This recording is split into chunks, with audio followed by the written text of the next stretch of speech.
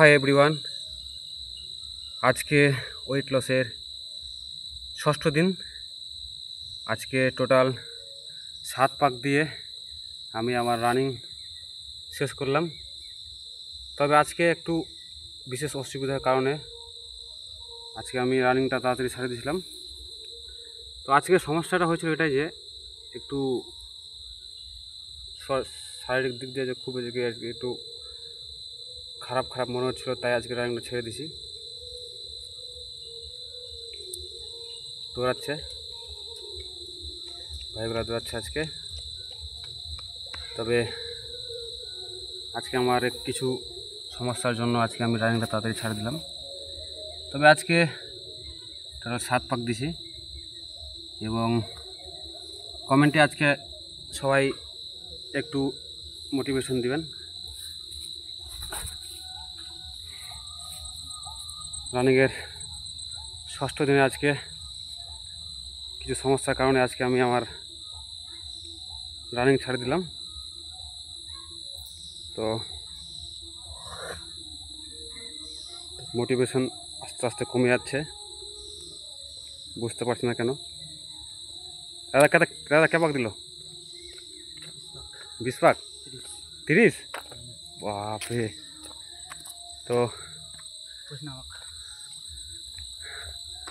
তো আমাদের এই মাঠে সবাই খুব ভালো রানিং করছে, আর আমি আজকে মাত্র 7 পাক দিয়ে আজকে একটু সমস্যার সম্মুখীন হয়ে রানিংটা শেষ করলাম। তো এইভাবে আমার সঙ্গে যুক্ত হয়ে থাকবেন, কমেন্ট করবেন যে তাড়াতাড়ি কী করে ওইটা আমার লস হয়। তো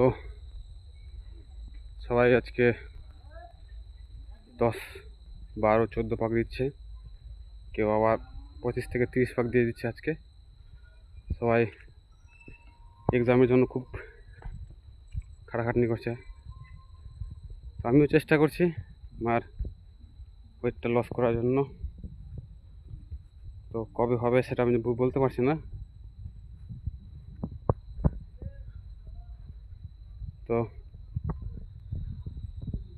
কয় পাক দিলি?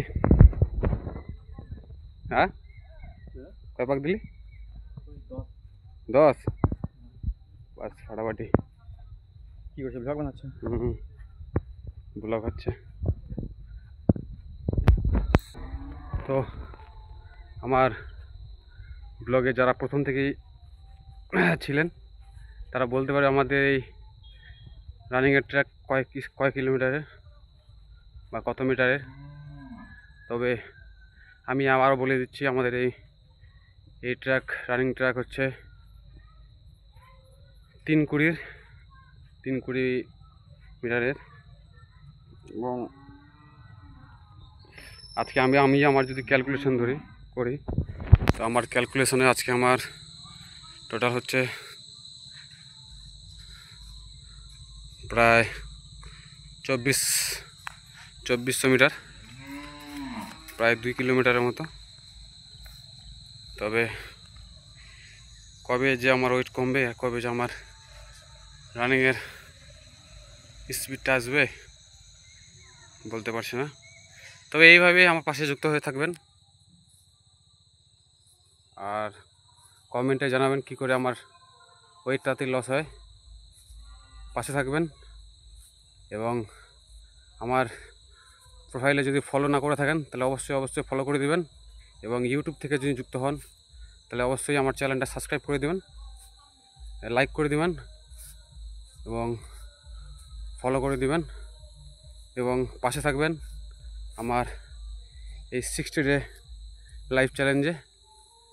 এবং আমার এই ওয়েট লসের ষষ্ঠ দিনে আমি এইভাবে আমার ব্লগটাকে শেষ করব এবং কালকে আবার দেখা হবে। চলো।